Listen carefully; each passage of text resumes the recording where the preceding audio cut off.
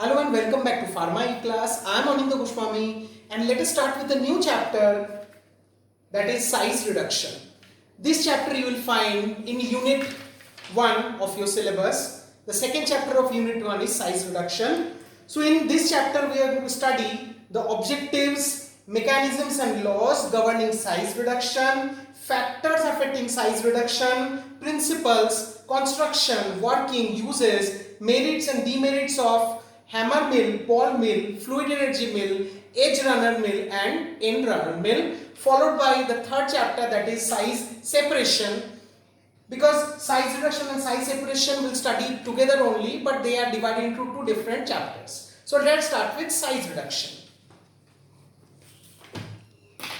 Now size reduction can be defined as a process of reducing large solid unit masses of particles into smaller unit masses, coarse powders or even into fine powders. This is one of the most important and routinely followed unit operation where we can reduce the particle size of different types of pharmaceuticals, because the pharmaceuticals which we get in an industry, all the pharmaceutical powders are polydisperse in size.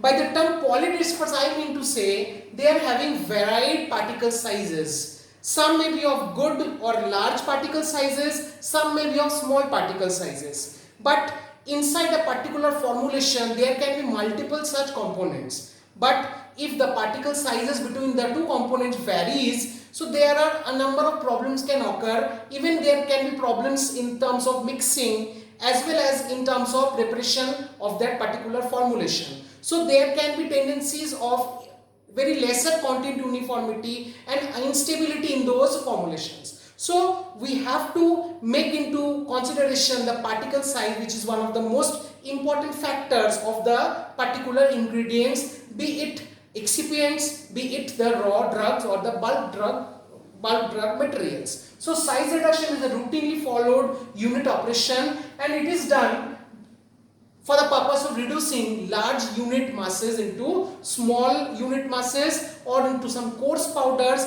or even into finer particles, depending on the nature of the product as well as the nature of the raw materials. Now let us come to what are the other terms which is associated with this topic. Size reduction can also be called as or also known as comminution, diminution or pulverization.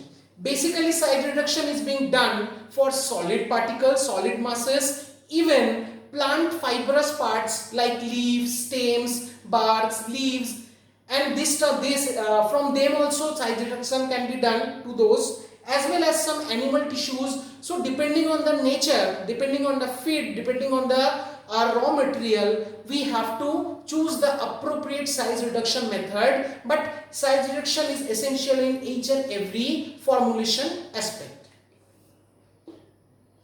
Size reduction is achieved by two basic methods. We have precipitation method as well as we have mechanical methods. In a pharmaceutical industry, in maximum cases, mechanical methods are used. Mechanical methods are being done and where the output is huge and the raw material quantity is huge and the quantity of product required is also huge, then we have no option but to use mechanical method. But the first basic method by which size reduction can be obtained is simple precipitation method. Now what is done in the precipitation method? In the precipitation method, we choose the particular solvent for the particular drug. We choose such a solvent in which the raw material, the solid material is soluble in that particular solvent. Next we add another solvent which is miscible with the previous solvent, but in which the solid which we added, it is insoluble. So what will happen in such a case? The solid will be precipitated out. So to get certain amount of bulk drugs in a laboratory scale at least, we can employ this method of precipitation where we have to use two solvents. The solvents are miscible with one another, but in one solvent the solute is not properly soluble, so it will precipitate out, but in this process its size will also get reduced. The next process or the most commonly used method in an industry is the mechanical method, where we employ different types of machines. Now in size reduction chapter, the machines which use are known as mills. Different types of mills are used, different types of varieties of mills has been designed depending on the nature of the feed and depending on the product we require. So what is our feed? The raw materials are coarse powders, or they are large chunks of powders, granules, or they are plant parts or animal tissue. So depending on that particular product type or the raw material type, we decide the mechanical method which we are going to apply, and high force, cutting, compression as well as impact are being employed to do the mechanical methods and different types of mills which we'll study later on. Now come to the advantages or need of size reduction. Why do we need, and what are the advantages of size reduction? First and foremost, the advantages of size reduction is content uniformity of the product. Content uniformity is a very important aspect, because we have to, the amount of raw material used or the amount of precisely the drug used should be totally get into our system. For that purpose, we need to add the particular drug, and the given dose of the drug should be entered into our system. But if the powders will be, if the materials will be all different particle sizes, so there will be very improper mixing, and there will be no such similarity in their sizes or in their shape. So this size reduction is an important process to obtain the content uniformity in the formulation, so that we get such a product in which each and every ingredient is properly sorted.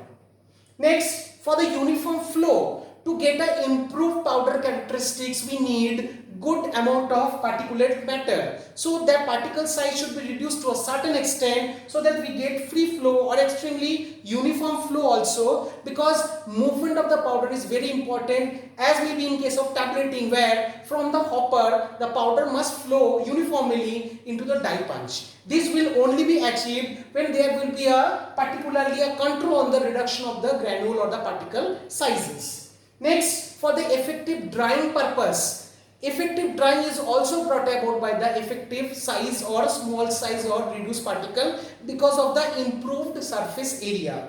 If one particular size powder is there, granule is there, and further we have reduced its size, and then we have employed for the drying purpose, for the improvement of the size of the surface area, also the improvement of the drying will also happen. So for effective drying, and subsequently if the drying is being getting effective, so obviously there will be effectiveness in the stability aspect as well.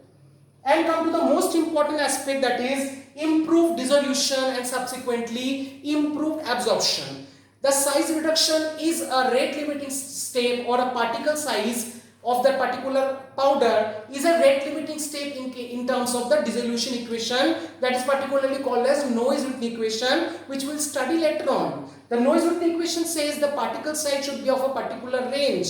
So reduction of particle size improves with the generation of improved surface area. So obviously the dissolution rate will definitely improve in terms of large particle sizes. So we have to reduce the particle sizes from large particles into particulate matters or small unit masses, so that the dissolution rate improves, and subsequently if the dissolution rate of the product improves, there will be definitely absorption rate will also be improved. So the most important objective or advantage of size reduction process in terms of the stability as well as other aspects of the product, but the most important objective is to improve the dissolution matter and dissolution rate, and subsequently the absorption rate of the product.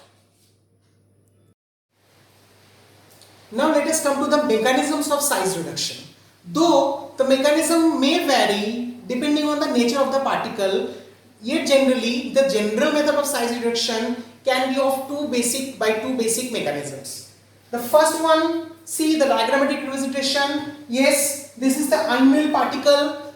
Each and every unmilled particle, or the large chunk of particle, this is a large chunk of particle. So each and every particle naturally contains some very minor points or flaws. So this is a natural phenomena that the particle chunk or the large particle sizes has some weaker points in their structure, and those weaker points are known as flaws. So when we hit or make an impact on those weaker points, that is after these are the flaws. We have to identify those flaws and we have to make an impact or we have to hit on that particular flaws. So after we have made an impact on those flaws, so these flaws will develop into cracks. So from very minor disturbances, they will develop into major faults or major cracks.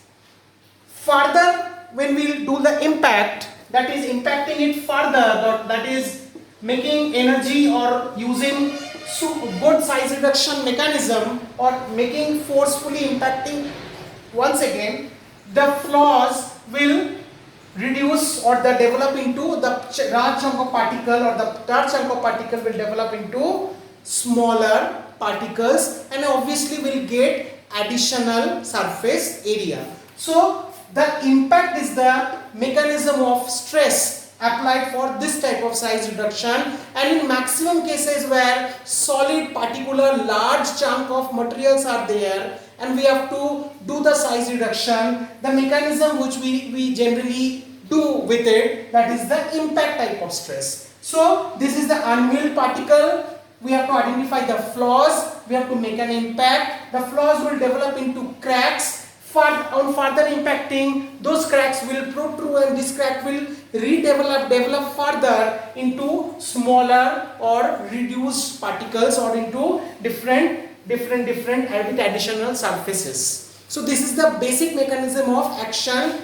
And the second mechanism of action is accretion type, which is also quite common. What is accretion type of mechanism of action? So these are the unmilled particles. Unmilled particles, naturally they are having flaws. So in terms of when we apply some accretion force of mechanism of stress, then the edges will break. So see, the particles from the edges, they are turning into smaller particles. So basically impact and then accretion type of stress are the basic mechanism of stress which is applied for the reducing the particle sizes of different solids in particular.